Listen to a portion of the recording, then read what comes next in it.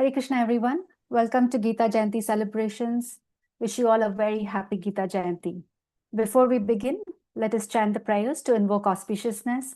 Namo Vishnupadaya Krishna Prishtaya Bhutale Srimate Bhakti Vedanta Swaminiti Namine Namaste Saraswate Deve Gauravani Pracharine Nirvishesha Shunyavadi Paschatya Deshatarine Jai Shri Krishna Chaitanya Prabhu Nityananda Shri Advaita Gadadhara Shivasadi Gaura Bhakta Vrinda Hare Krishna Krishna Krishna Hare Hare Hare Rama Rama Rama Hare Hare.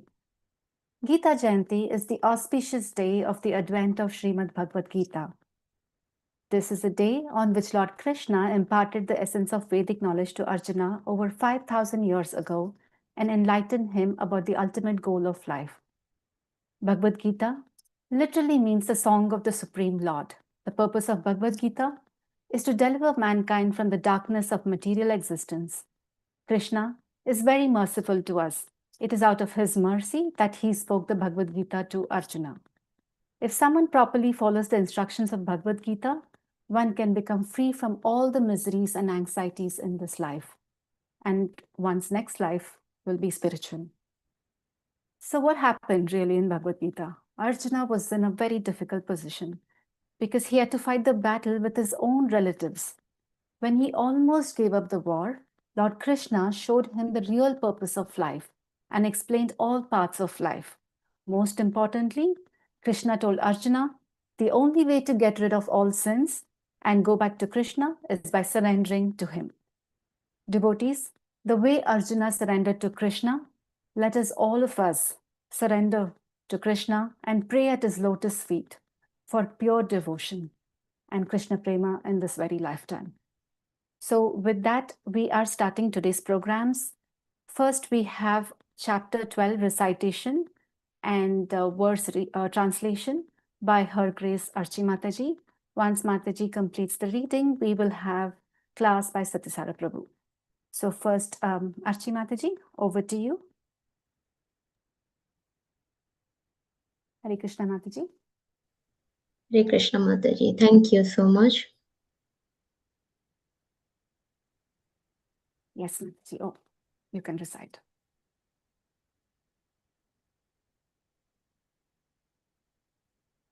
Om Ajnanatimirandhasya Jnananjanashalakaya Chakshurunmilitam Yena Tasmai Shri Gurave Namaha.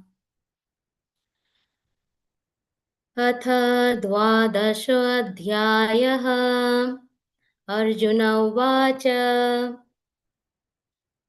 Evam Satata Yukta Ye Bhaktastvam Pariupasate Ye Chapyakshara Avyaktam Tesham Ke Yoga Vittamaha Shri Bhagavan Uvacha Maya Veshya Mano Ye Mam Nityayukta Upasate Shraddhaya Parayopetas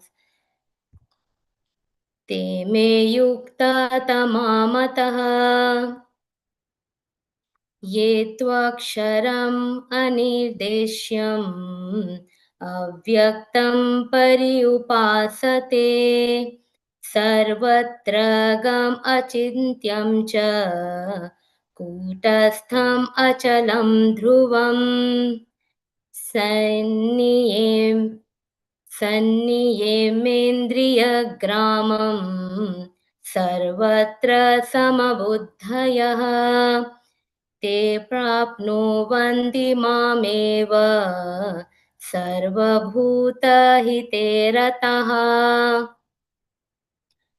kleshodhikatarastesham avyaktasaktachetasam avyaktahi gatir dukkham dehavadbhiravapyate ये तु सर्वाणि कर्माणि मयि सन्न्यस्य मत्परः अनन्येनैव योगेन मां ध्यायन्त उपासते तेषाम् अहं समुद्धर्ता मृत्युसंसारसागरात् भवामि नाचिरात् पार्थ मया वेशितचेतसाम् मयेव मन आधत्स्व मयि बुद्धिं निवेशय निवशिष्यसि मय्येव अत ऊर्ध्वं न संशयः अथ चित्तं समाधातुं न शक्नोषि मयि स्थिरम् अभ्यासयोगेन ततो माम् इच्छाप्तुं धनञ्जय अभ्यासेऽप्यसमर्थोऽसि मत्कर्मा परमो भव मदर्थम् अपि कर्माणि कुर्वन् सिद्धिमवाप्स्यसि अथैतादपि असक्तोऽसि कर्तुं मद्योगम् आश्रितः सर्वकर्मफलत्यागं ततः कुरु यतात्मवान् श्रेयो हि ज्ञानम् अभ्यासात् ज्ञानात् ध्यानं विशिष्यते ध्यानात् कर्मफलत्यागात् त्यागात् शान्तिरनन्तरम् अद्वेष्टा सर्वभूतानां मैत्रेयः करुण एव च निर्ममो निरहङ्कारः समदुःखसुखक्षमी सन्तुष्टः सततं योगी यतात्मा दृढनिश्चयः मय्यर्पितमनो बुद्धिर्यो मद्भक्तः स मे प्रियः यस्मान्नो द्विजते लोको लोकान्नो द्विजते च यः हर्षमर्षाभयोद्वेगैर्मुक्तो यः स च मे प्रियः अनपेक्षः शुचिर्दक्ष उदासीनो गतव्यथः सर्वारम्भपरित्यागी यो मद्भक्तः स मे प्रियः यो न हृष्यति न द्वेष्टि न शोचति न काङ्क्षति शुभाशुभपरित्यागी भक्तिमान्यः स मे प्रियः समः शस्त्रौ च मित्रे च तथा मानापमानयोः शीतोष्णसुखदुःखेषु समः सङ्गविवर्जितः तुल्यनिन्दास्तुतिर्मौनी सन्तुष्टो येन केनचित् अनिकेतः स्थिरमतिर्भक्तिमान् मे प्रियो नरः ये तु धर्मामृतम् इदम् यथोक्तं पर्युपासते श्रद्धाना मत्परमा भक्तास्तेऽतीव मे प्रियः ॐ तत्सदिति श्रीमद्भगवद्गीतासु उपनिषत्सु ब्रह्मविद्याया योगशास्त्रे श्रीकृष्णार्जुनसंवादे भक्तियोगनामः 12. So now we will read the translation. Translation by Srila Prabhupada. Srila Prabhupada ki jai.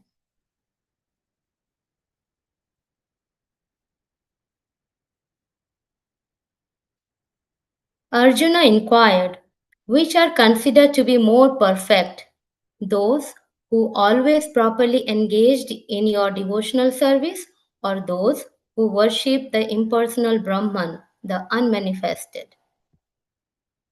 The Supreme Personality of Godhead said, those who fix their minds on my personal form and are always engaged in worshipping me with great and transcendental faith are considered by me to be most perfect.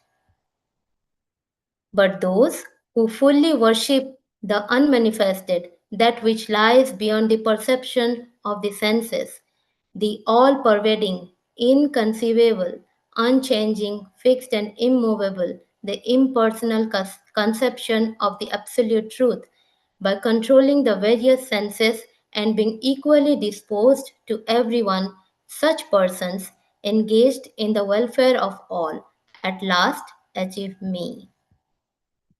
For those whose minds are attached to the unmanifested, impersonal feature of the Supreme, advancement is very troublesome.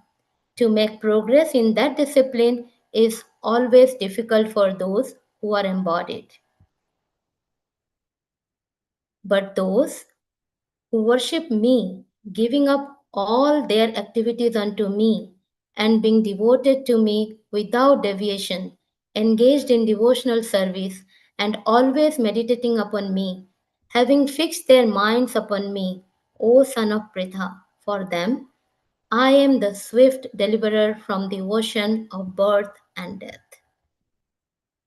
Just fix your mind upon me, the Supreme Personality of Godhead, and engage all your intelligence in me. Thus, you will live in me always, without a doubt.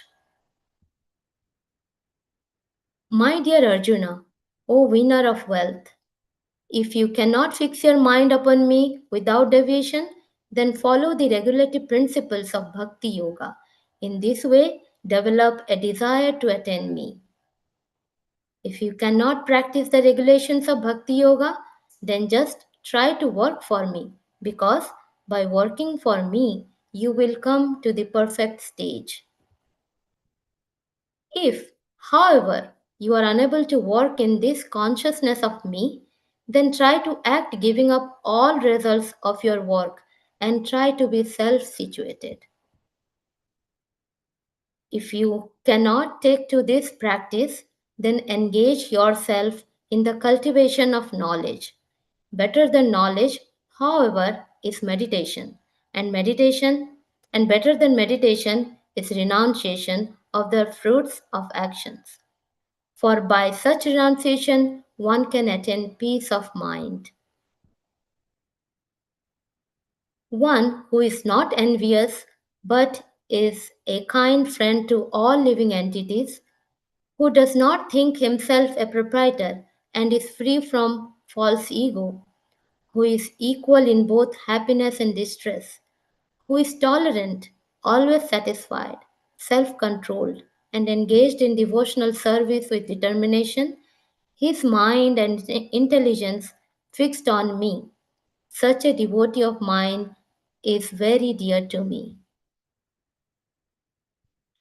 He, by whom no one is put into difficulty, and who is not disturbed by anyone, who is equipoised in happiness and distress, fear and anxiety, is very dear to me. My devotee, who is not dependent on the ordinary course of activities, who is pure, expert, without cares, free from all pains, and not striving for some result, is very dear to me. One who neither rejoices nor grieves, who neither laments nor desires, and who renounces both auspicious and inauspicious things. Such a devotee is very dear to me. One who is equal to friends and enemies, who is equipoised in honor and dishonor. heat and cold, happiness and distress, fame and infamy, who is always free from contaminating association, always silent and satisfied with anything, who does not care for any residence, who is fixed in knowledge and who is engaged in devotional service, such a person is very dear to me. Those who follow this imperishable path of devotional service and who completely engage themselves with faith, making me the supreme goal, are very, very dear to me. Thus end the Bhaktivedanta purport to the 12th chapter of the Srimad Bhagavad-gita in the matter of devotional service. Thank you, Mataji. That was a wonderful recitation and reading. It is the most important chapter of Bhagavad Gita, this chapter 12, devotional service. So thank you so much, Mataji, for beautifully reciting. Now let's move on to the next segment of the program. His Grace Satya Sara Prabhu will be giving a class on the essential teachings of Bhagavad Gita. A few words about Prabhu. Satya Sara Prabhu is a temple president of Hare Krishna Temple of Austin, also known as ISKCON of Cedar Park. He is a disciple of His Holiness Rompat Swami Maharaj. He has dedicated over 3 decades of his life to practicing Krishna consciousness. Together with his beloved wife Jayasubhadra Mataji, they have committed their lives to the path of Krishna consciousness and selflessly guiding and assisting hundreds of devotees in embracing pure devotional service. Many of us have started our journey of Krishna consciousness by listening to powerful Bhagavad Gita classes given by Prabhu. So it's our great fortune to hear the essential teachings of Bhagavad Gita from Prabhu today. With that, let's welcome Prabhu by loudly chanting Hare Krishna Mahamantra one time. Hare Krishna, Krishna Krishna, Hare Hare, Hare Rama, Rama Rama, Hare Hare. Hare Krishna, Prabhu. Thank you, Mataji. Hare Krishna devotees, let us start with Mangala Charana prayers. Om Ajnanatimirandasya Jnananjana Salakaya Sakshurunmilitam Mena Tasmai Shri Gurave Namaha Shri Chaitanya Manobishtam Stabitham Yena Bhutale Swayam Rupa Kadamayam Tadati Swapadantikam Vandeham Shri Guru Shri Yuta Padakamalam Shri Gurun Vaishnavamscha Shri Rupam Sagrajatham Sagana Raghunathambitam Tam Sajivam Sadvaitam Savadutam Parijana Saitam Krishna Chaitanya Devam Shri Radha Krishna Padan Sagana Lalita Shri Vishakhan Vithamscha He Krishna Karuna Sindhu Dinabandhu Jagatpate Gopesha Gopika Kantha Radha Kanta Namostute Tapta Kanjana Gaurangi Shri Radhe Vrindavaneshwari Vrishabhanu Sute Devi Pranamami Hari Priye Vanchakalpatarupasya Kripa Sindhubhya eva cha Patitanam Pavanebhyo Vaishnavebhyo Namo Namaha Jai Shri Krishna Chaitanya Prabhu Nityananda Shri Advaita Gadadara Shivashadi Gaura Bhakta Vrinda Hare Krishna Krishna Krishna Hare Hare Hare Rama Rama Rama Hare Hare Om Namo Bhagavate Vasudevaya. Om Namo Bhagavate Vasudevaya. Om Namo Bhagavate Vasudevaya. Hare Krishna, everyone. Thank you all for joining. As you all know, today is a very special day in the Vaishnava calendar, Sri Gita Jayanti. So this is the day when Lord Krishna spoke Bhagavad Gita to Arjuna on the battlefield of Kurukshetra. It's more than 5,100 years ago. So today, in honor of this very sacred event, and also as a small offering of gratitude to Lord Krishna for giving us this timeless, wonderful scripture, Bhagavad Gita, and also as a small offering of gratitude to our Guru Parampara, for giving us the commentary on this wonderful scripture so we all can understand and apply in our life. So I would like to share a few reflections on the essential teachings of Bhagavad Gita. we generally cover the overview of Bhagavad Gita on this day. And obviously, we cannot cover the entire Bhagavad Gita in just 1 hour. So I thought we could focus on a few essential verses that our acharyas, Srila Vishnu Chakravarti Thakur, Srila Baldev Vidyabhushan, and our dear Srila Prabhupada have highlighted as the heart of Bhagavad Gita's message. So today's class or discussion will be more philosophical in nature. So if you have any question, please feel free to stop me. Of course, there are many verses. Almost all the verses in Bhagavad Gita is very important, and there are so many verses that are deeply important and could also be considered as the essence of Bhagavad Gita or the essential teachings of Bhagavad Gita, depending on the angle of vision you have, depending on one's perspective. But the verses I'm going to speak today, personally, these verses beautifully capture the essential teachings of Bhagavad Gita, and I feel they give us a very clear understanding of Krishna's message. So the purpose of doing this, why are we doing this?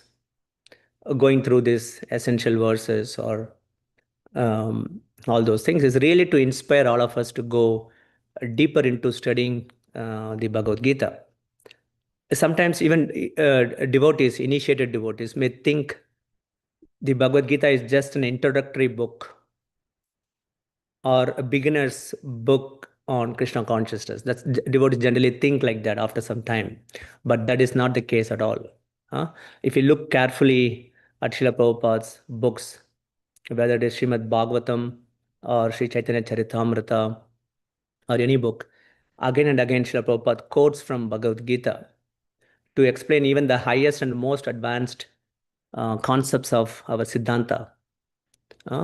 So the point I'm making here is that everything we need to understand about Krishna consciousness and everything we need to advance to Prema Bhakti is present in Bhagavad Gita. So that is the important point to understand. So my point, the verses that I picked, of course, based on the recommendations of our acharyas, is to make this very point. So like how Bhagavad Gita teaches Prema Bhakti, how it's taking us to a love of God. So the first essential point in Bhagavad Gita is essence of Vedanta philosophy. So in other words, if someone wants to understand or know what the Vedas teach, or the Jnanakanda section of Vedas, or what Upanishads teach, or the Brahma Sutras teach, then one should read Bhagavad Gita, because Bhagavad Gita gives that the conclusion of Vedas, Upanishads, and Brahma Sutras in a very clear, concise, and a personal way. Especially in the 15th chapter of Bhagavad Gita, there are 3 verses that summarize the core message of Vedanta very beautifully. First, let us understand what is Vedanta. Vedanta means, because this term is used throughout the Vedic system or Vedic culture. So Vedanta means conclusion of Vedas. Vedanta.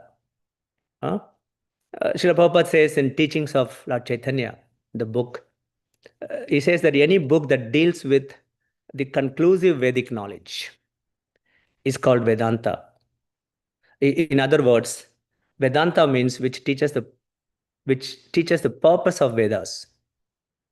So what is the purpose of Vedas? Krishna himself answers that in the 15th chapter. He says, Vedesha Sarvar Aham Eva Vedyo Vedanta Krit Vedavit Eva Chaham. By all the Vedas, I am to be known. I am the compiler of Vedanta and I am the knower of the Vedas. Krishna very clearly makes that statement. So any scripture which gives this message, the conclusion of the Vedas, which is to know Krishna and develop loving relationship with Krishna, then that is Vedanta. So the 3 important verses, of course, all the verses are important, but 3 important verses which just gives the essence of Vedanta philosophy in 15th chapter is verse number 16, 17, and 18. 15.16, 15.17, and 15.18. The conclusion of Vedas is given in those verses. So, from the Vaishnava point of view, Vedanta means it has three aspects. So, we are going one level down. Vedanta means three aspects. The first layer is Vedanta means to know Krishna. Then the next level of detail is Vedanta has three aspects. One is Sambandha Gyan, Prayojana Gyan, and Abhidaya Gyan. Sambandha means understanding that who we are and who is Krishna and what is our relationship with Krishna. That is Sambandha, relationship. In other words, our relationship with Krishna. I'm just giving the summary of these three verses, then we'll dive deep into it. Abhidaya means the process of acting in that relationship. I know who I am. I am the spirit soul, and Krishna is the supreme personality of Godhead. And my constitutional position is to love and serve him. Then how should I love him? How should I serve him? That is Abhidaya, the process, bhakti process. Then the Prayojana Gyan or Prayojana means the ultimate goal attained by that process. That is Prayojana. So Vedanta has three aspects: Sambandha, Abhidaya, and Prayojana. So in these three verses, 15.16, 15.17, and 15.18, Krishna gives us a kind of map of reality, spiritual reality. He explains the three categories of the conscious entities first. He talks about the conditioned souls. Like us, we are struggling in this material world due to ahankara, false ego. Then Krishna describes the liberated souls, Nitya Siddhas, who are free from all kinds of material contaminations. They live in the spiritual world. And finally, he reveals the supreme person, the one who exists beyond the conditioned and liberated souls. And the supreme person is Krishna, so he identifies himself. Now, very beautifully. So let's look at the 15th chapter, 16th verse first. So it says, I'll read the Sanskrit. The Vimau Purushau Loke, Sharascha Akshara Evacha, Sharasarvani Bhutani, Kutasto Akshara Uchate. Meaning, Prabhupada's translation, there are two classes of beings, the fallible and the infallible. In the material world, every living entity is fallible, and in the spiritual world, every living entity is called infallible. So here, as I said, first Krishna speaks about the two broad categories of jivas. So he declares that there are two kinds of purushas, the fallible and the infallible. So then Krishna qualifies that all the beings within this material world are called fallible, whereas those who are eternally situated in the spiritual world are called infallible. So very interesting, because same chapter, 15th chapter, 7th verse, Krishna says this: the living entities are eternally parts and parcels of me. Mamaivam amso jiva loke jiva bhuta sanatanaha. So he already established that we all are parts and parcels of Krishna, but the fallible living entities forgot that relationship with the Supreme Lord. So therefore, in this verse, 16th verse, we just read, Krishna is mainly explaining about Sambandha Gyan, our relationship with Krishna. That means the jivas are connected to Krishna by our very nature. That is our eternal identity. But by very nature, we are part and parcel of Krishna. But when we come in contact with matter, when we want to enjoy separate from Krishna, then we are put into touch with material nature. Then we are called Jiva Bhuta. Jiva Bhuta means conditioned jivas or fallible jivas or Shara, according to this verse. Make sense? So that's what the fallible means. So the Jiva Bhuta is called fallible. So when we say the fallible Jiva, what does it mean? It means that in the conditioned state, we are subject to failures. We're subject to defects, and we're subject to be illusioned. But it is important to understand that this fallibility or imperfection or defective, the qualities of the jiva in the conditioned state is not part of the jiva's eternal identity. Meaning, when we are part and parcel of Krishna, when we realize that this fallibility is not there, but when you come in touch with material nature, this fallibility comes upon us. So we are not fallible in our constitutional state. The fallibility is only a symptom of being trapped or in a conditioned state of existence in the material world. Make sense? So Srila Prabhupada, so I'll put it simply. Srila Prabhupada explains this. What is the Jiva Bhuta? What are the qualities? Why it's fallible? Srila Prabhupada says there are 4 defects every Jiva has. Anyone can tell what those defects are? Maybe one per person. Jara Vyadhi. Sorry? Janma Mrityu Jara Vyadhi. Well, those are the nature of this world. What does Prabhupada say? Our senses are imperfect. Yes, our senses are imperfect. Abhishek Prabhu? Propensity to cheat, Prabhu, one. Propensity to cheat, very good.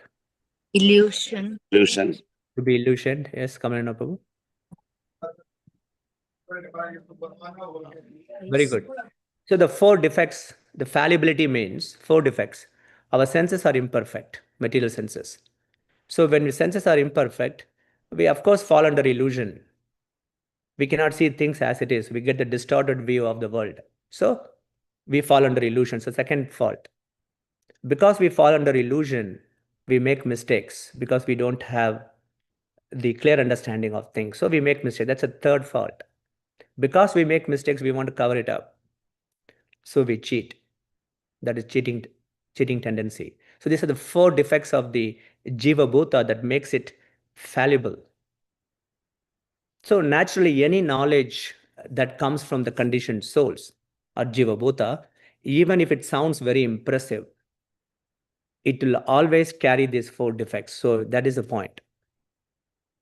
On the other hand, if you take a Vedic knowledge, is perfect and infallible. Why?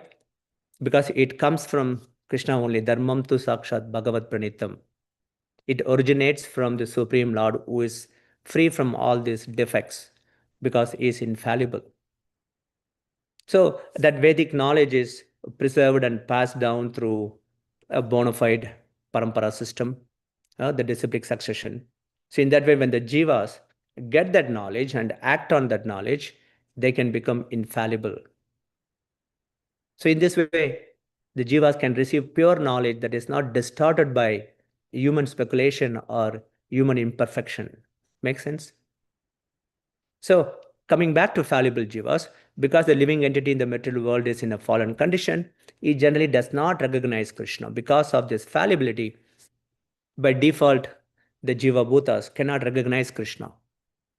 So that's a default state. Everyone comes to this world, unless you have done some bhakti in the previous life.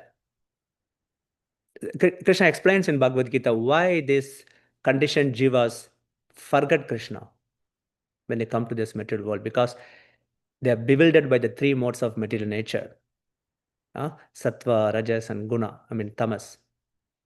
Goodness, passion and ignorance, the jivas are bewildered. In the 7th chapter, Krishna says, Mohitam na abhijanati mam ebhya param abhyayam, he says. Krishna said the whole world deluded, mohitam.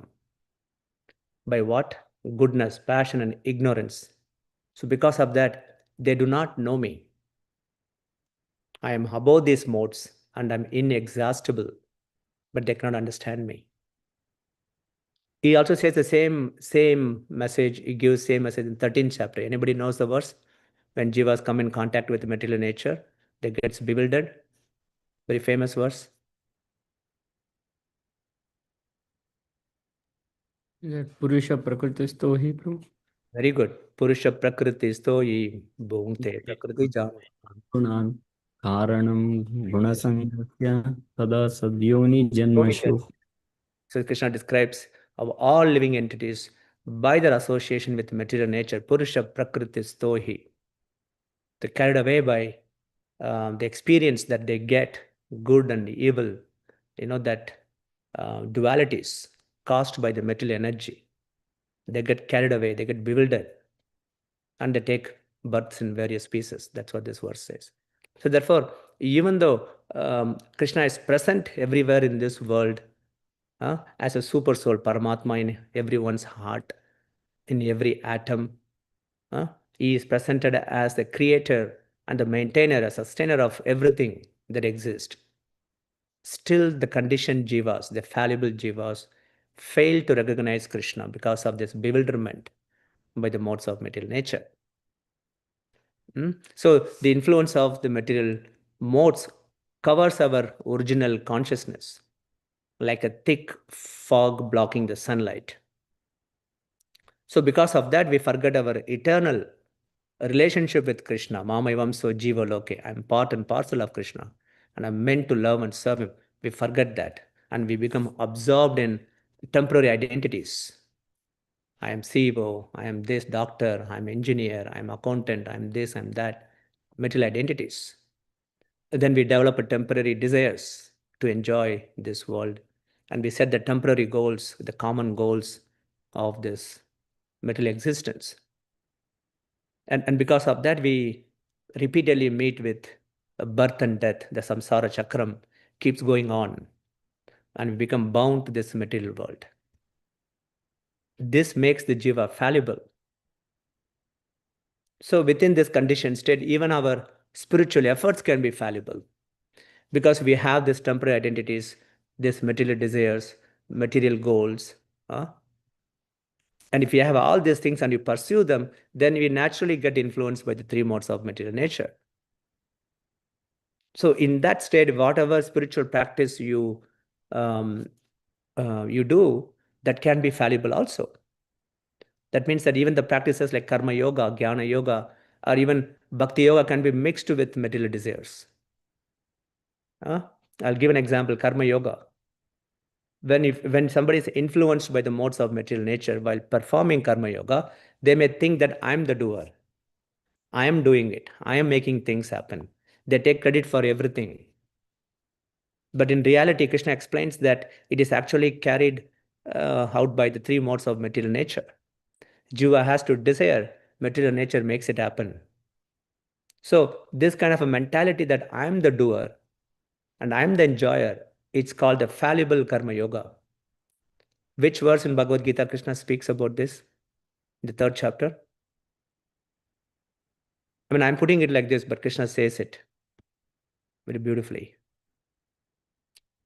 Ahankara miti yamni binna Prakriti kriyamanani prakriti kriyamani karmani sarvasa. Ahankara vimudatma kartaham iti manyate. The spiritual is bewildered by the influence of false ego, thinks himself the doer of activities. But in actuality, they are carried out by three modes of material nature.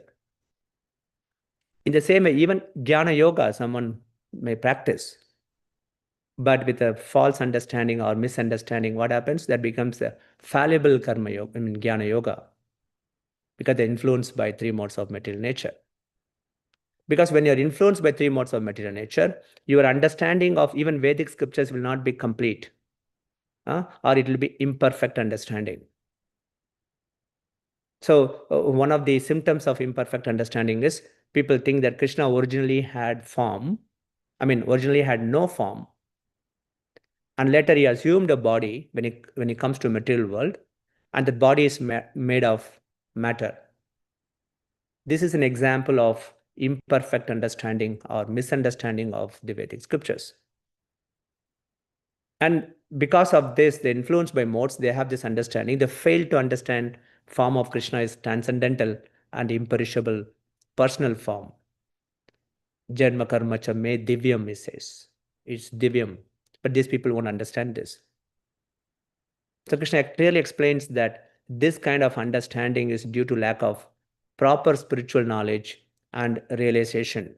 So this is called fallible Jnana Yoga. Which verse? In 7th chapter he says this. He says, Param bhavam ajananto mama avyayam hanuttamam. Due to the small knowledge, they do not know my higher nature, which is imperishable. Avyayam anuttamam, it's so supreme. They cannot understand. They think that I am ordinary human being. Then finally, even bhakti yoga can be fallible if you mix your bhakti with material desires. Someone practice bhakti just to fulfill their material aspirations and desires. That is a fallible bhakti yoga. Someone approach devotion, approach Krishna thinking that Krishna can give me everything materially so I can enjoy.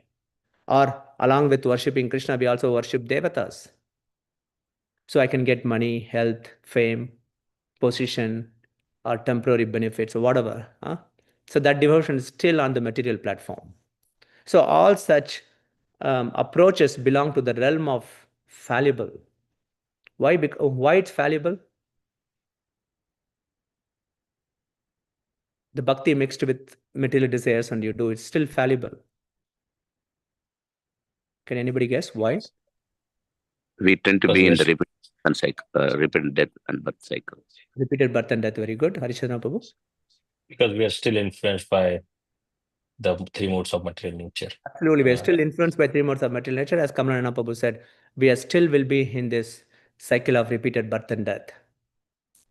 These kind of activities do not free one from material bondage. So this is called fallible bhakti. There's a beautiful verse again in 7th chapter. It says, Kamaistasta ritagyana prapadyante anya devataha. Because these people's intelligence is stolen by these material desires, material enjoyment. They surrender to demigods. Wherever the desire is fulfilled, they go there.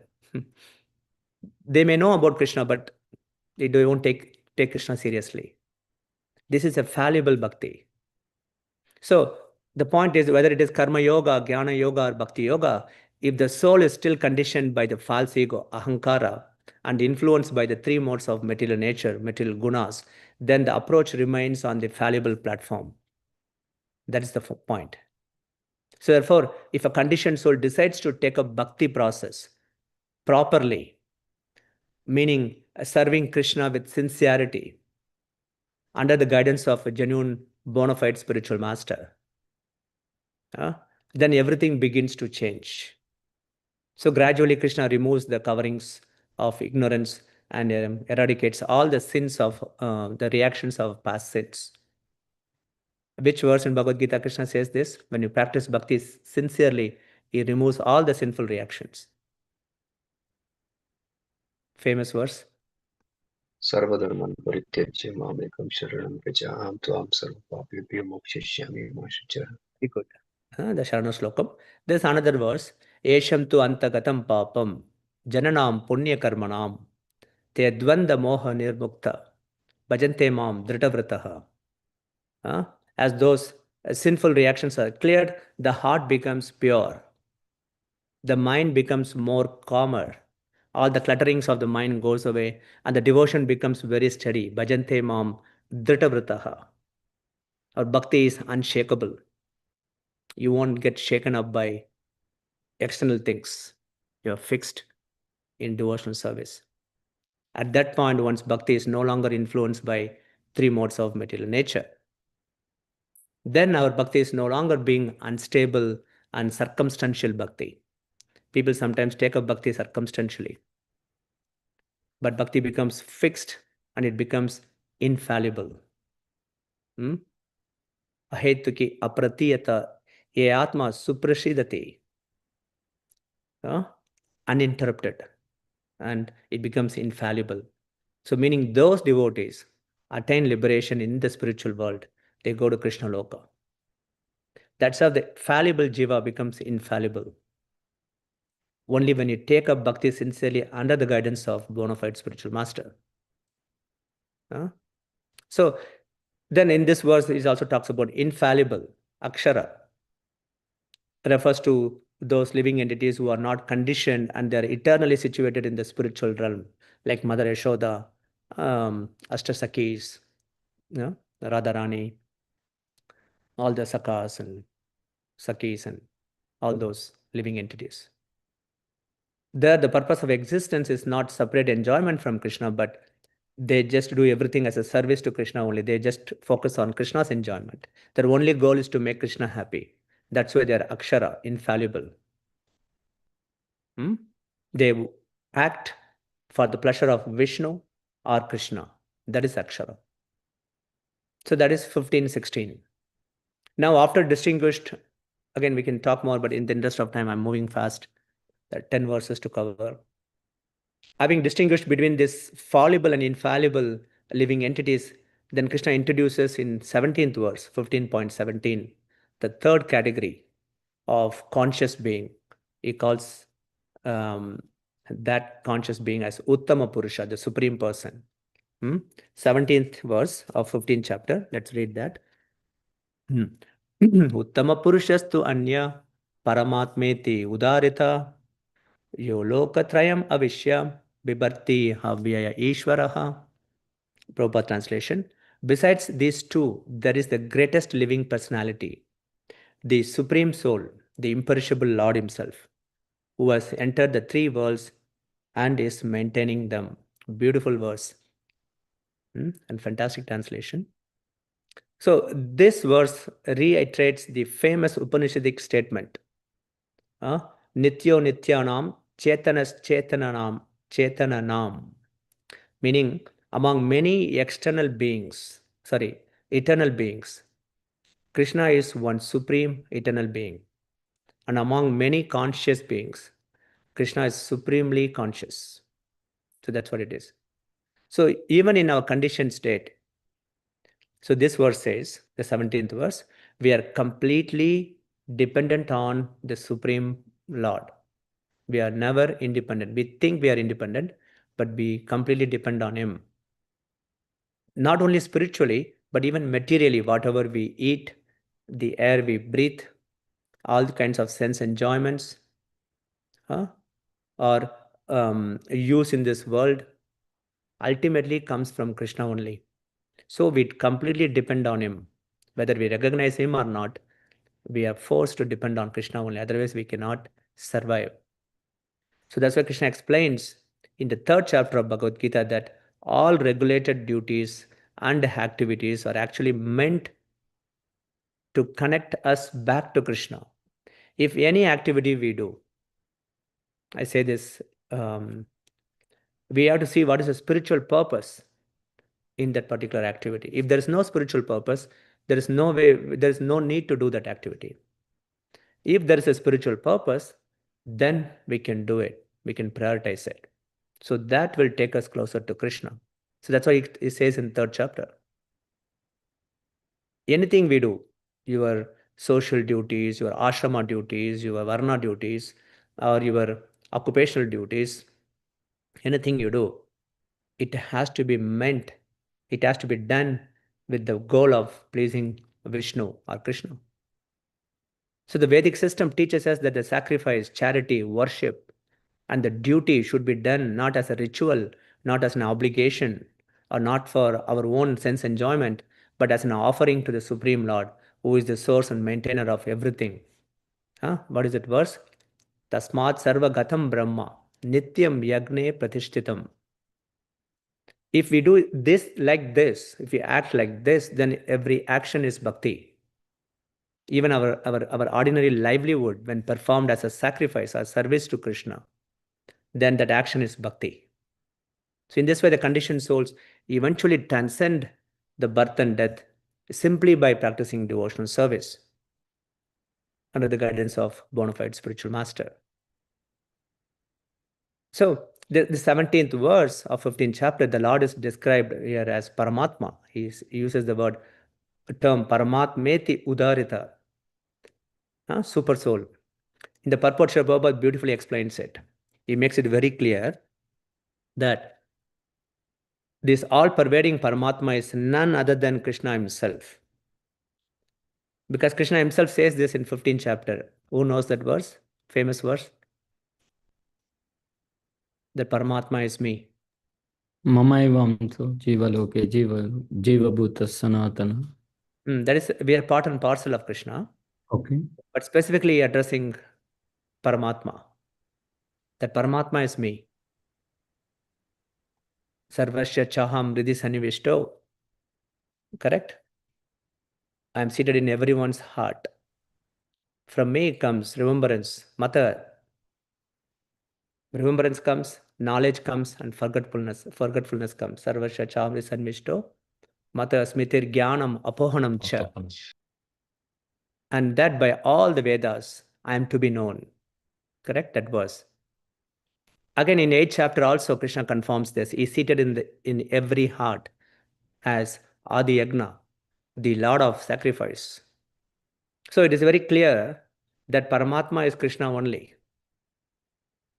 So when a person finally comes to the point of realization that Krishna, who is seated as Paramatma in everyone's heart, and he is the ultimate beneficiary of all sacrifices, all austerities, and the supreme owner of all planets, and the chief of all devatas, and the intimate well-wisher of all living beings, that person attains true peace. Which verse is that? These are important verses. Bhoktaram yakna tapasam, sarvaloka maheshwaram, suhrudam sarvabhutanam, gnatva shantim richate. So in this way, the 15.17, the 17th verse highlights Abhidaya Gyan, the practical worship and surrender to Krishna, who is simultaneously all-pervading as Paramatma and supremely personal as Bhagwan. Make sense to you? So this talks about the bhakti process. So therefore, those who recognize Krishna as the maintainer of all living entities, the real object of every sacrifice, every charity we do, every prescribed duty we do, and the indwelling super soul, they naturally direct their bhakti exclusively to Krishna only. And by doing that, they attain the highest destination. That is spoken in 18th verse of 15th chapter. Krishna, in the 18th verse, Krishna brings the discussion to its high point. Let's read that 18th verse. Tasmat sharam atitoyam aksharat apichotamaha atosmi loke vedecha pratishta purushottama. Beautiful sloka. So, after Krishna describing the fallible jiva, Shara, and the infallible, Akshara, and he talked about Uttama Purusha in the previous verse. Now, Krishna concludes that because he transcends both the conditioned souls and the liberated souls, he is known in this world and in the Vedas as Purushottama, the Supreme Personality of God. This verse is the proof point that the absolute truth, the ultimate realization of absolute truth is a person, the Supreme Lord. So nobody can refute this. Make sense? Purusha Uttama, Supreme Person. So therefore, 18th verse of 15th chapter is highlighting that attaining Purushottama is the highest goal of the jivas. In the purport, if you see Srila Prabhupada stresses a crucial point. In all these categories, Prabhupada says, the conditioned souls, Shara, the liberated souls, Akshara, and the Supreme Lord, Uttama Purusha, the individuality is never lost. It's a very important point for Vaishnavas. Because Mayavadi says that when you attain perfection, when you merge with the Brahmajyoti, you lose your individuality. But here in this verse, Srila Prabhupada, with the mercy of Srila Prabhupada, we can clearly understand whatever conditioned soul you are, whatever category of jiva you are, you never lose your individuality, both in the conditioned state and the constitutional state. It always you are individual. And this is the important theme of one of the most important themes of Bhagavad-gita. And this theme of eternally we are individual jivas runs throughout the Bhagavad-gita. Krishna declares it in the second chapter, first time. He says that never was there a time when he Arjuna and all the Kshatriya kings who are in the battlefield of Kurukshetra did not exist. Nor, Krishna says, in the future, will any of them cease to exist? Body may die, but they exist. The soul exists. So, individuality is maintained. Again, in the 4th chapter, Krishna says, both he and Krishna have passed through many births. But Krishna remembers all of them. But Arjuna does not remember them. This is the individuality still maintained. Again, in 13th chapter, Krishna very clearly distinguishes between the individual jiva and the Paramatma. He says within the same body, there is a finite enjoyer. He is referring to jiva, conditioned jiva. And he also says there's a supreme overseer and permitter, Paramatma. They both coexist in the same body. And one who sees that neither of them is destroyed when the body is destroyed actually sees the truth. That is another. So if you see, like from 2nd chapter all the way to 13th chapter, Krishna is making this point very clear that we never lose our individuality. So therefore, the difference between the Lord and the individual jiva is not in existence because both are eternals, correct? So then where is the difference? The difference is in potency. The living entities, whether conditioned or liberated, can never surpass the inconceivable energies of Krishna. So therefore, Krishna is the ultimate realization for the jivas. It's another proof point.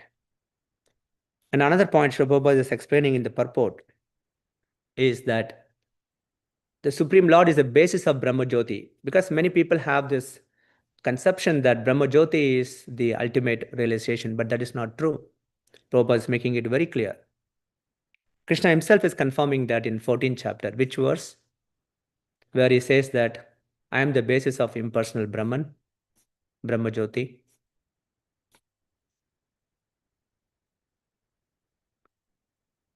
Brahmanoi Pratishtham. I am the basis of impersonal Brahman. So, impersonal Brahman is not ultimate. It rests upon Krishna's personal effulgence. And Krishna also exists as Paramatma in this world. So, we saw that. Krishna is also nothing but Paramatma.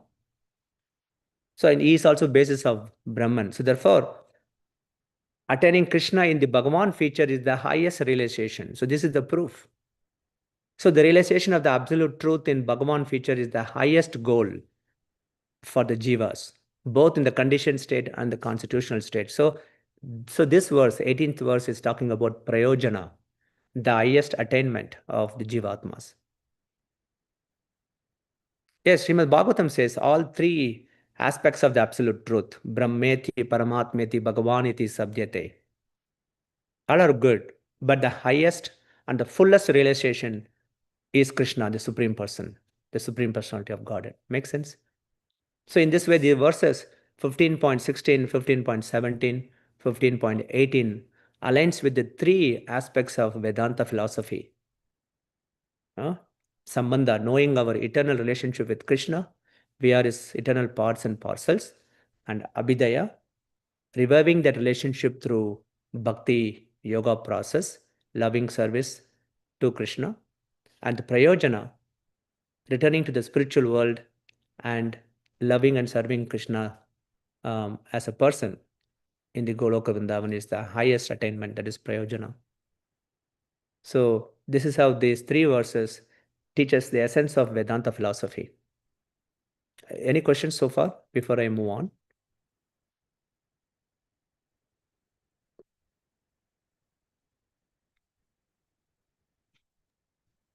Hare Krishna, Prabhuji.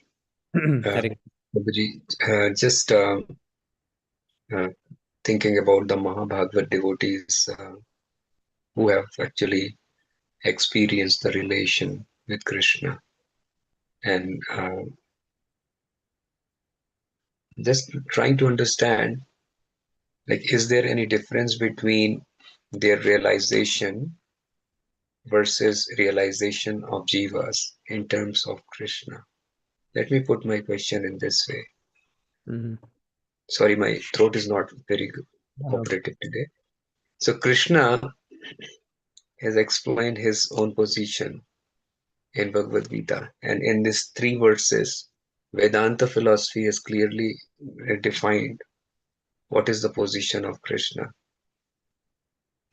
So the Mahabhagavad devotees, they are also living in the same material world where other jivas are living. Correct. How do they transcend the three modes of nature in order to understand the nature or true nature of Krishna?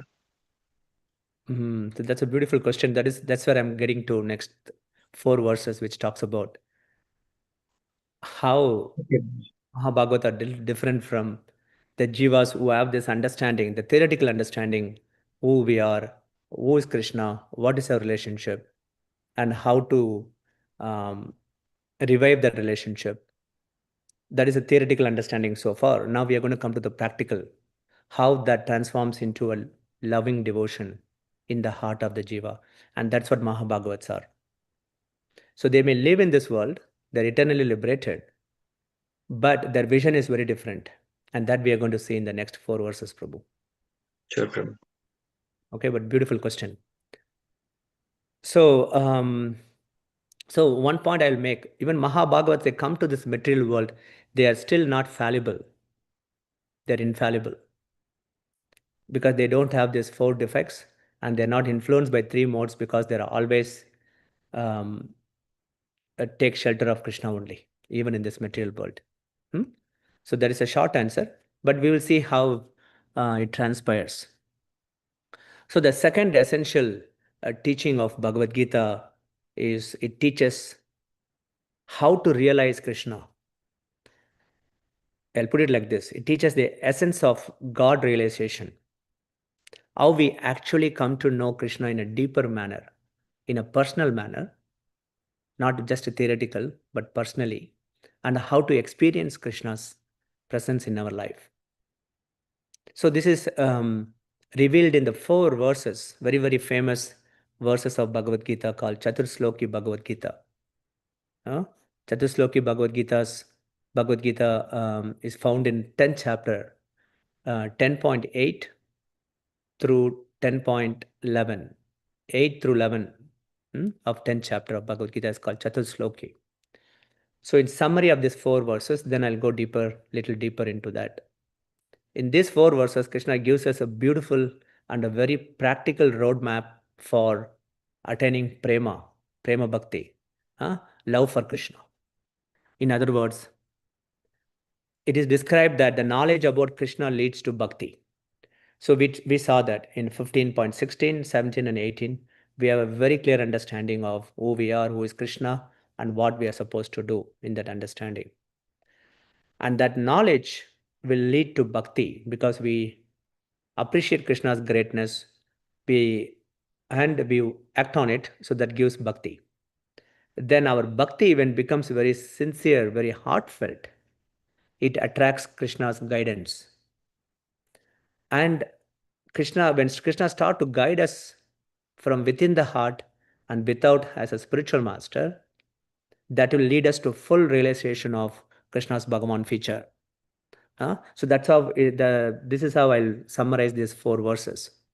So I would say these 4 verses is the heart of Bhagavad Gita's teachings on how to truly know Krishna. With that, let us look at the 8th verse of 10th chapter. Aham sarvasya prabhavo matah sarvam pravartate iti matva bhajante mam buddha bhava samanvitaha. So beautiful sloka. In this verse, Krishna says very plainly, he says, Aham sarvasya prabho, I am the source of everything. Mata sarvam pravartate. Everything comes from me. So then he says, Iti matva bhajante mam buddha bhava samanvita. A person who understands these conclusions, that Krishna is the source of everything and everything comes from him, they fully surrender to Krishna. And they start to worship him. Iti matva bhajante mam buddha bhava samanvita. They start to practice bhakti yoga with all their hearts, bhava, with feelings.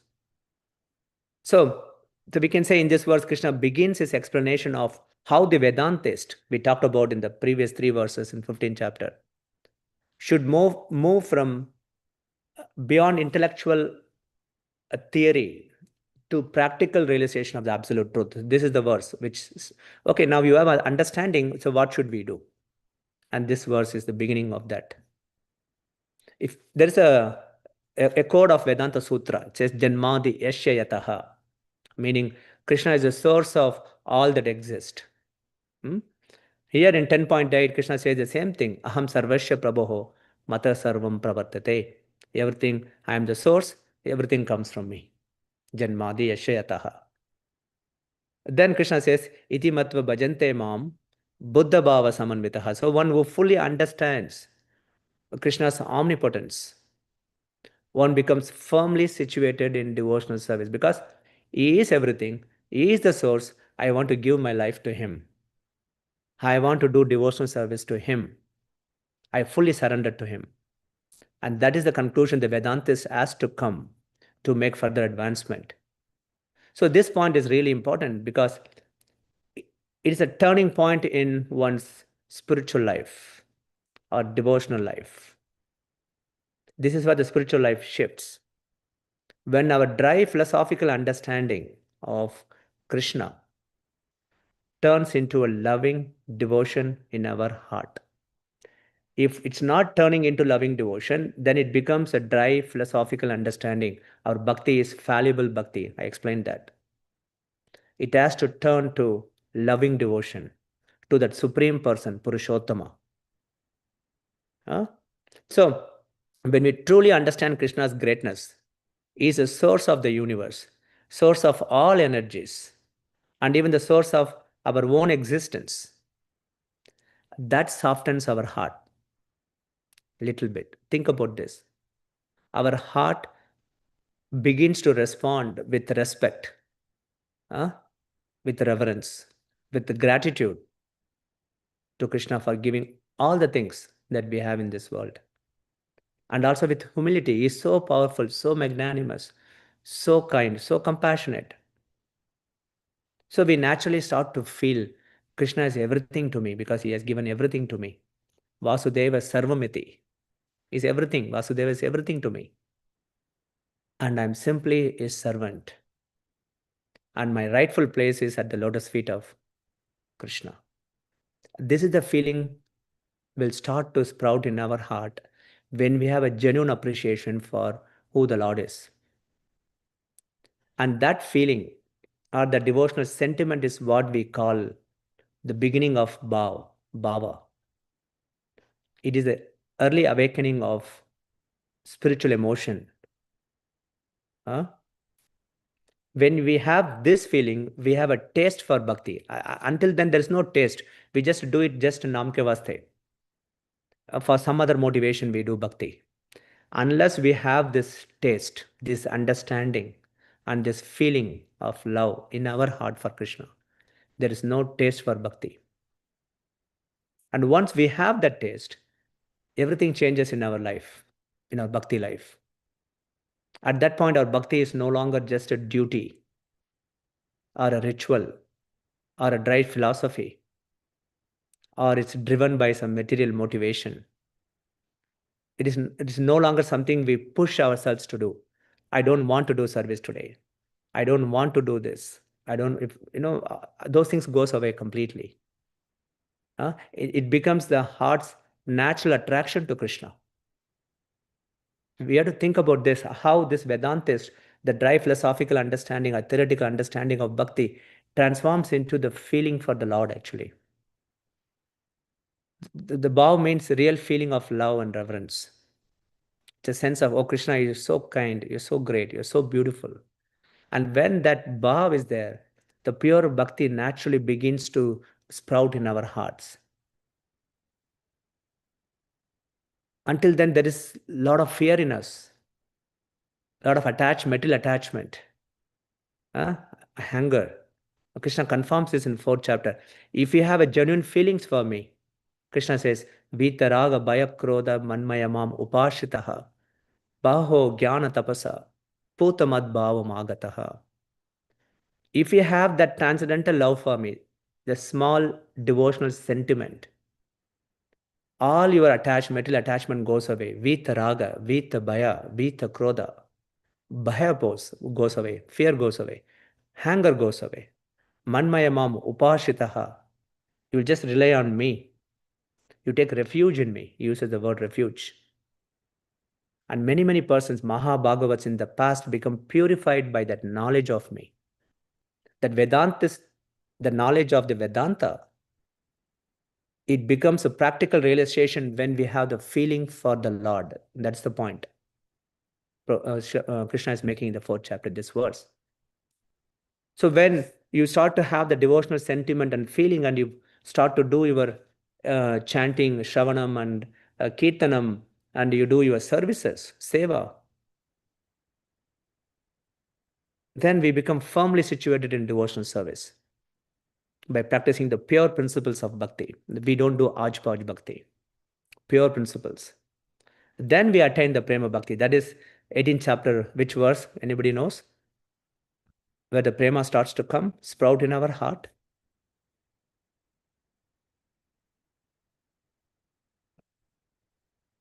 Brahma bhuta prasanatmana sochati na kankshati sama sarveshu bhuteshu mad bhaktim labate param. Mad bhaktim labate param. One who is transcendently situated and completely focused on serving me with all their hearts. They become very joyful. Na sochati na kankshati, there's no lamentation. Huh? And in that state, they attain mad bhaktim labate param, the pure devotional service, the prema bhakti they get in that point. That is 10.8. This Mahabhagavad. Then in 10.9, Krishna glorifies Shravanam and Kirtanam. He says that, okay, so you got that initial love for Krishna, small sentiment has come in your heart, but how do you make it more stronger? That is 10.9. He says that comes only by the mercy of pure devotees who has prema in their heart. They can give you, they can make your prema stronger. That is 10.9. Huh? So he's advising that wise Vedantist who have developed the preliminary devotional sentiment by appreciating Krishna's greatness and start to practice bhakti with feelings. He's advising them to take advantage or take association of the pure devotees who carry Krishna in their heart. And thereby you become perfect in Krishna consciousness. Let's read that verse, 10.9. Machita madgada prana bodhayanta parasparam katayantascha mam nityam tushyanti cha ramanti cha. Krishna describes here what the life of such pure devotees look like. He's telling the Vedantist, okay, you got the devotional sentiment. Look at my devotees. You know what they do? My pure devotees, machita madgada prana. Their minds dwell in me only. Madgada prana, their lives are given to me completely. Bodhayanta parasparam, they just speak about me only all the time with each other. Parasparam. Katayantascha mam nityam tushyanti cha ramanti cha. Because they derive great joy and great satisfaction just by doing that. That's my pure devotees. Krishna also says that since they have that taste for devotional service, they would do this throughout without any interruption, unshakable determination, unfailing in all circumstances. They will do this. They will always focused on my service, always focused on my glorifying me and chanting my holy names. With unshakable determination, nothing shakes them. He says this verse, Satatam kirtayanto mam yatantascha dridhavrataha namasyantascha mam bhaktyam nitya yukta upashate. Always chanting my glories, endeavoring with great determination, bowing down before me. These great souls perpetually worship me. How Krishna glorifies his pure devotees. So, if you want our bhakti to attain the strong prema, strong love of Krishna, we have to associate with pure devotees who have that prema in their heart. In the beginning stage, devotees get some joy from performing various services for Krishna. I'm talking about after Ananta Nivritti. That stage is called Ruchi. I explained it. Taste for bhakti itself. Gradually, that taste deepens and becomes Ashakti, a strong attachment to Krishna as the personal object of everything I do, of all the services I do. So now the mind naturally thinks about Krishna only, and it won't waver. You love Krishna one day, you love somebody else other day. It doesn't work. Ananya Bhakti. Ananya means there is exclusive, there's nobody else, just Krishna only. And this kind of bhakti we get only by the association of pure devotees. When you serve them, they will plant that in your heart. That's why this famous verse, Yasha Deve Para Bhaktir, Yatha Deve Tatha Guru. Those great souls who have the implicit faith in both the Lord and the spiritual master, all the imports of Vedic knowledge automatically revealed in the heart. So Lord Chaitanya gives a very beautiful image of a creeper to explain this concept, how the pure bhakti develops in the heart. He says a creeper growing from a tiny seed planted in the heart. The seed of bhakti is referring to is received from a mercy of a pure devotee. And if you go on watering it with sincere hearing Krishna Katha and chanting Krishna's holy names, then the creeper start to grow and grow and grow. The creeper here refers to bhakti. And it becomes stronger and stronger and stronger. It grows all the way and it crosses the coverings of the material universe. It passes through Brahma Jyoti and reaches Goloka Vrindavan. Then it takes shelter of Krishna's lotus feet and begins to bear flowers and fruits of pure love for Krishna. So when devotion reaches that state, a devotee cannot live even a moment without Krishna. The pain of separation is so intense that we cannot live without Krishna actually. We cannot live without remembering Krishna. It's like a fish out of the water. The fish cannot live without water. Like that. So that is 9th verse.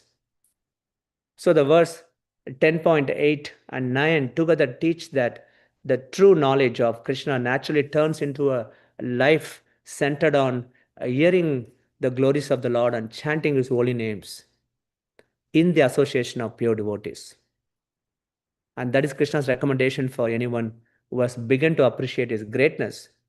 Take shelter of His pure devotees and your appreciation will grow into prema eventually.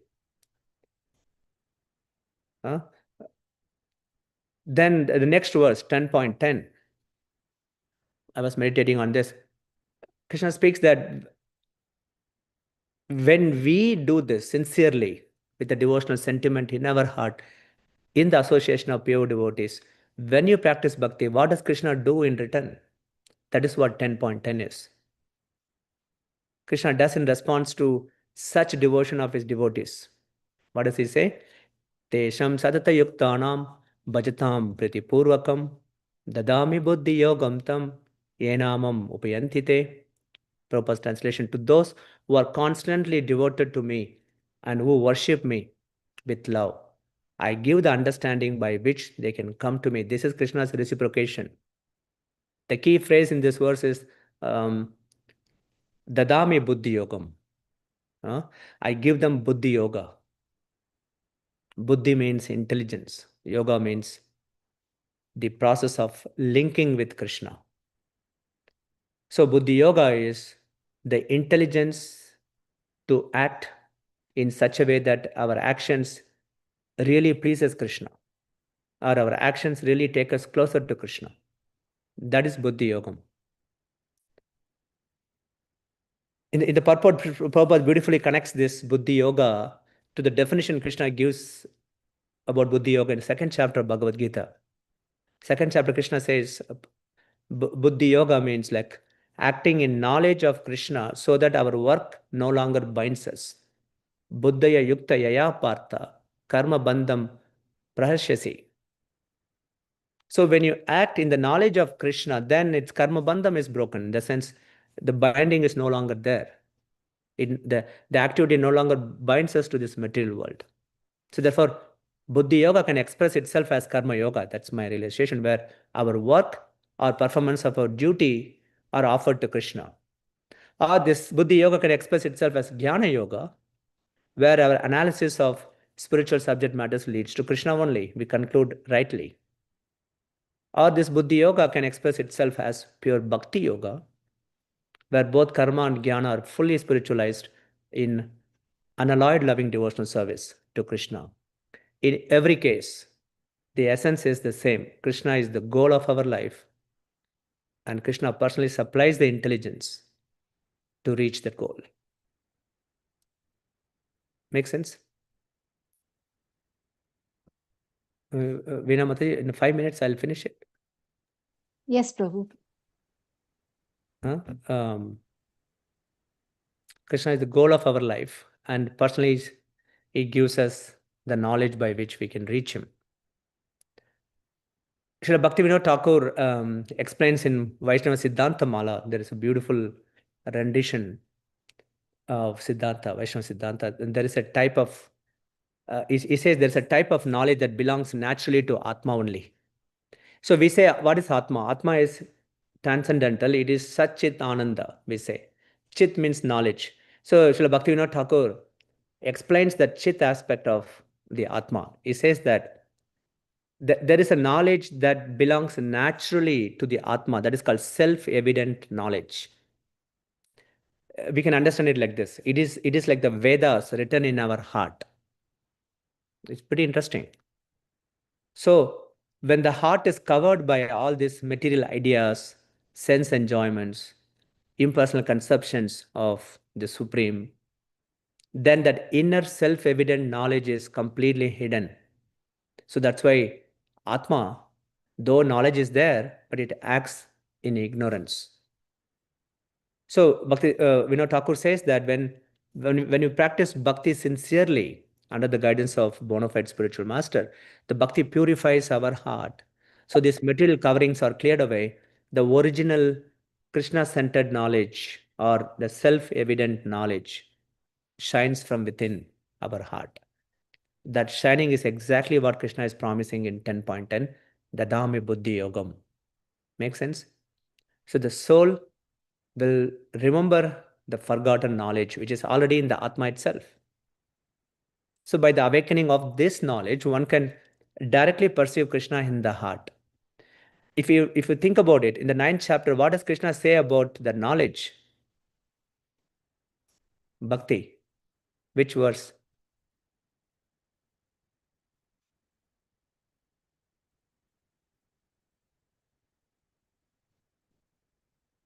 It's a beautiful verse, isn't it? Raja Vidya Raja Guyam Pavitram Midam Uttamam Pratyaksha Avagamam Dharmyam Sushukam Kartam Avyayam. He's talking about that self-evident knowledge that is revealed within our heart due to our pure practice of bhakti. That knowledge is Raja Vidya. It is the king of all knowledge. And the Raja Guhyam, it's the supreme secret, most secret of all secrets, because it is in Atma itself. And it's Pavitram Idam Uttamam. It's a Pavitram, it's the purest knowledge. Pratyaksha Avagamam Dharmyam. It's because of that knowledge in the Atma, you can perceive Krishna directly. Direct perception of this of the Lord happens. Sushukam Kartam Avyayam. So it is everlasting and it's joyfully performed. That is the knowledge Krishna is talking about. Dadami Buddhi Yogam Tam. And Srila Baba is making a wonderful point in the purport that this revelation of knowledge does not depend on someone being very clever or scholarly. Devotee may be simple. They even lacking in a formal education or understanding. But if he or she serves Krishna with love, the sentiment I talked about, then Krishna himself takes charge of the devotee from within and shows how to advance and attain Prema Bhakti. There's a very famous story of a Brahmana in Srirangam. Mahaprabhu says this story. He's so pure, he's Mahabhagavat. He's so absorbed in thoughts of the Lord only. But he's not educated, so he did not know how to read. But his guru ordered him to read Bhagavad-gita every day. Is Mahabhagavad, heart melted simply by thinking of Krishna driving Arjuna's chariot. And you just cry looking at that picture. We cannot read. You'll hold the Bhagavad-gita. And Lord Chaitanya personally revealed himself to him. Lord Chaitanya is Supreme Lord himself. So the secret was his sincerity and his genuine affection to his Guru and to Krishna. And that earned him the darshan of Lord Chaitanya, not his scholarship. So in the early stages, the Lord in the heart guides us to a bona fide spiritual master. We need hand-holding, we need very personal instructions and things like that. Then by faithfully following the Guru's instructions, the devotees effectively following Krishna's instruction. And then we become more purified, especially when spontaneous attachment to Krishna awakens, the Lord's inner guidance becomes more clear. So throughout our spiritual journey, one principle remains. If we seriously try to carry out the order of our spiritual master, our Guru, in a mood of a humble servant, Krishna himself fills in whatever we lack to advance in pure devotional service. This we should never forget. This will take us to Krishna's lotus feet. Then 10.11, Krishna describes the result of that inner guidance. So, okay, you sincerely practice, I support you, I give you guidance from within and without as a spiritual master. Then what is the result of that when you continue to go? That is the 11th verse of 10th chapter. The verse goes, Tesam eva anukampartam aham ajnanajam tamaha nashyami atma bhavasto jnana deepena bhashvata. Prabhupada beautifully translates this. To show them the special mercy, I dwelling in their hearts, destroy with the shining lamp of knowledge the darkness born of ignorance. Sometimes these modern philosophers or the scientists or whatever, atheists, they criticize devotees that they are sentimental. Sometimes they say you lack knowledge or philosophy or whatever. This verse is the proof point. Krishna says, it may be true that my devotees, some devotees may not be formally educated, but devotional service itself is the highest kind of knowledge, Raja Vidya. Krishna says, I give them that knowledge. Even if devotee is not able to study the scriptures and understand everything, Krishna does not leave such a devotee in ignorance. This is the verse. Because the devotee is serving him with love, under the guidance of spiritual master, Krishna becomes pleased and manifests within the heart like sun. When the sun comes, darkness goes away. In the same way, when Krishna reveals himself, his form, qualities, his presence, then ignorance covering the soul is naturally destroyed. We are not attracted to anything materially. Of course, we'll use everything for service of the Lord, but we are not attached to it. We lose the attachment. This is not just a theoretical knowledge. It is a living realization of Krishna's personality. This is the special mercy he's talking about. Tesam eva anukampartam.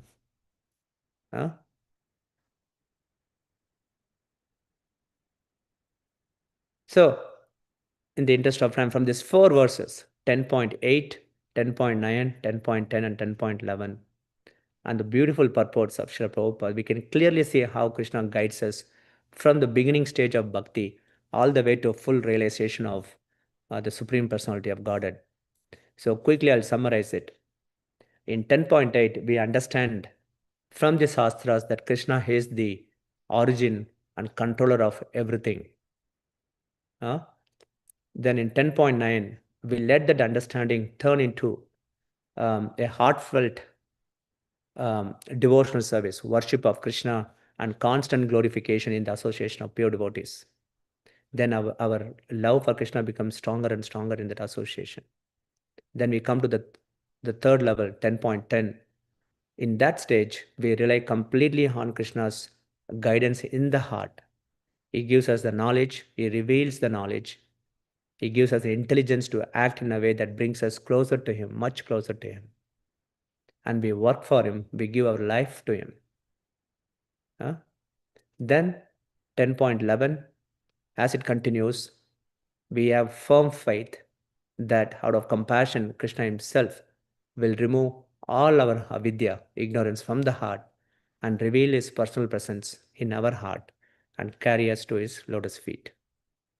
So in this way, Bhagavad-gita 10.8 through 11 teaches us that the perfection of knowledge is not to become proud of understanding Vedanta philosophy, but to let that understanding bring us to loving surrender to Krishna. So that's how I'll close this. So we covered 7 verses. First 3 verses from 15th chapter, 16, 17, 18, and 10.8 through 11. So 7 verses. In the interest of time, we'll cover the next 3 verses later. So I'll just say this closing statement. So the ultimate goal, the prayojana for all of us, is to develop love for Krishna, prema, and serve him eternally in Goloka Vrindavan. So the process for achieving that goal is Bhakti Yoga. In that, chanting the holy names of Krishna is the most effective process for Kali Yuga.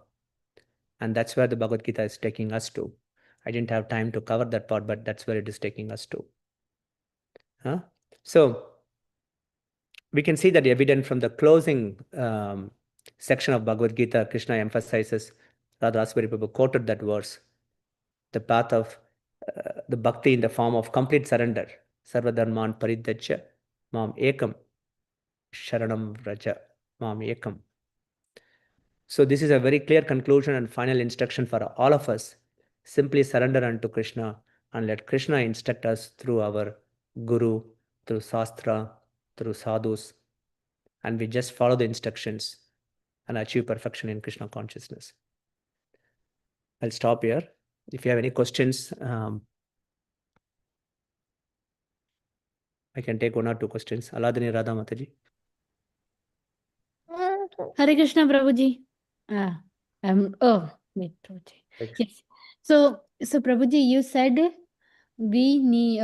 So we are covered with the 3 mode of nature. But I just sorry. Maybe I'll close the video and I'll. Yes. So Prabhu, how? Give me a second, Prabhu. Maybe you can ask. I will text you, Prabhu, if she is not allowing me to.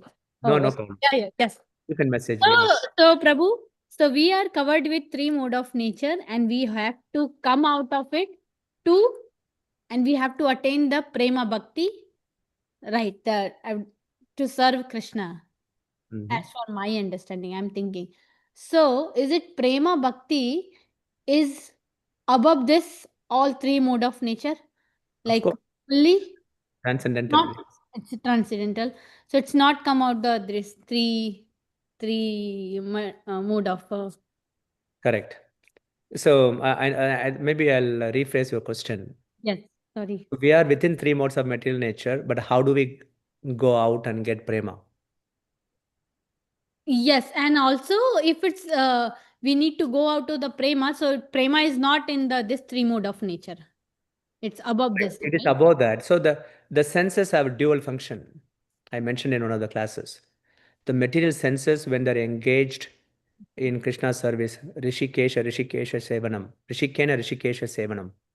When we engage the senses in the service of the Lord, under the guidance of Guru, the senses will be purified, and that senses will not bind us anymore. It will liberate us. It will take us to Shuddha Sattva platform, or it will enable us to reach or go beyond the 3 modes of material nature. Make sense to you? Yes. If the senses are used in our sense enjoyment, then it will be binding. So the senses have dual function. Otherwise, we'll be stuck in this material world, right? So that's why the mind is controlled by chanting the holy names of the Lord.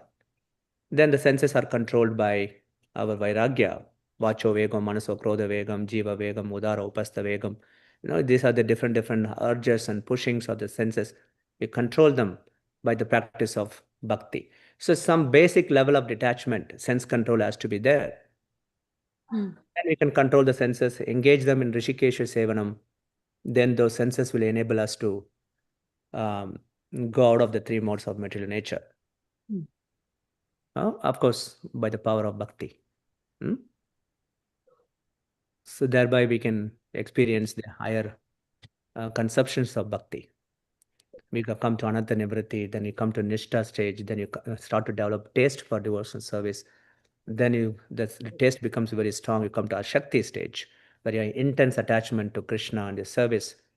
Then that takes you to Bhava. Then the Bhava becomes very intense. It comes to Prema. It all starts from sadhana bhakti. Okay, Mataji? Thank you, Prabhu. Good question.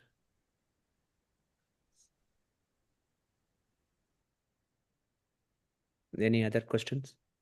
Hare Krishna, Prabhuji. Prabhuji, what are the other three verses? I wanted to read the purport today. I mean, definitely, Prabhu. Thank you for asking. The other two verses, the another essence of the essential teaching is the essence of bhakti and the essence of sharanagati, which is 18.65 and 18.66. That is one. So these two things talk about our devotion, how to cultivate, and how to surrender to Krishna. Then the next one, the third verse I was planning to cover, what is the result of our spiritual endeavor? Yes, we do all these things. Yes, we know that is the ultimate realization is Krishna and attaining Goloka Vrindavan. But how is that result realized as we practice bhakti? That is 11.55. Beautiful verse. Mat karma krit mat paramo mat bhakta sangha vajitaha. Beautiful verse. Prabhupada says this is the essence of Bhagavad-gita.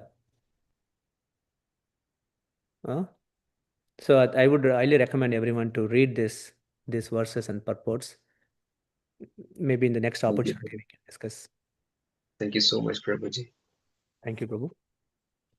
Okay, if there are no more questions, thank you very much, everyone. Prabhuji, I have a question, if I may.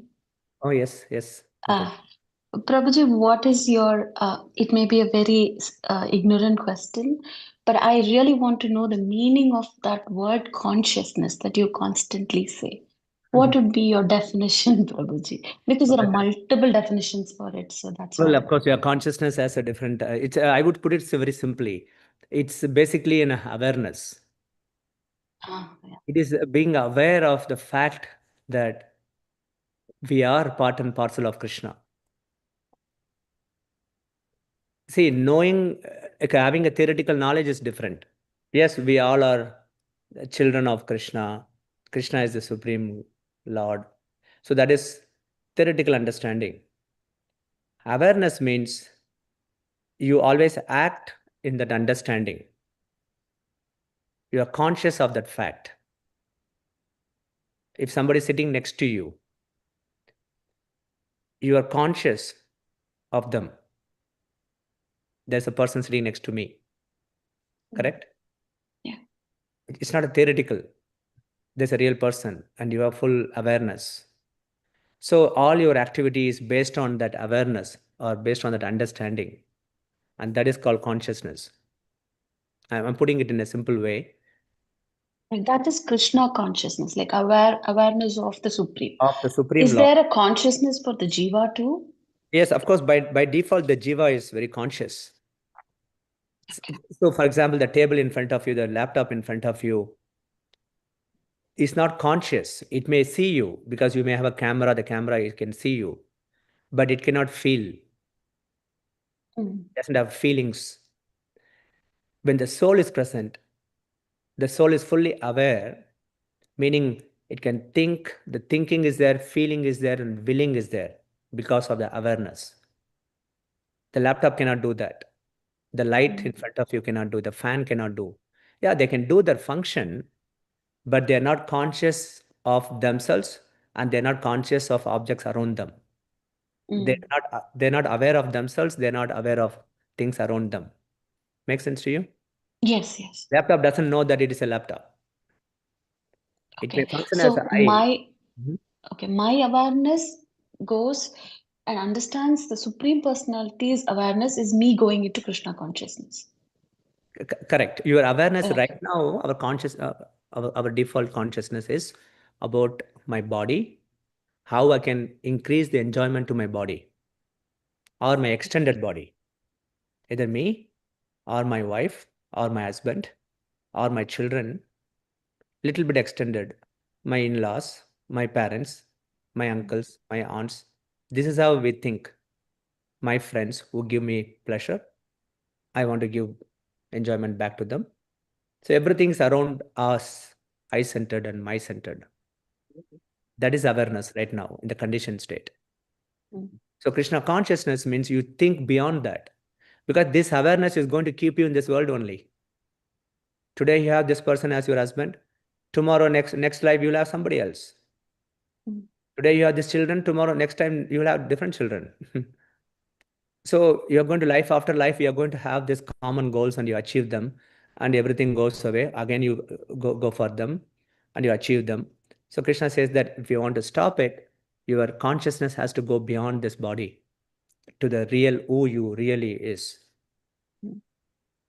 I am Jivarya Swarupa, Krishna Re Nityadas. I am an eternal servant of Krishna. I am part and parcel of him.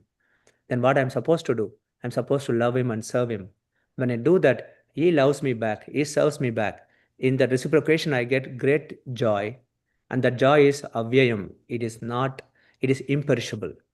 It cannot be taken away by time. It cannot be taken away by karma. It cannot be taken away by three modes of material nature. It is beyond time. It's beyond all these things. It's permanent. That consciousness is what Krishna consciousness. Yes, thank you. Yeah. Yes, it makes sense. I understood the word awareness, Prabhu. Okay, Mataji. Thank you. Good question. Thank you.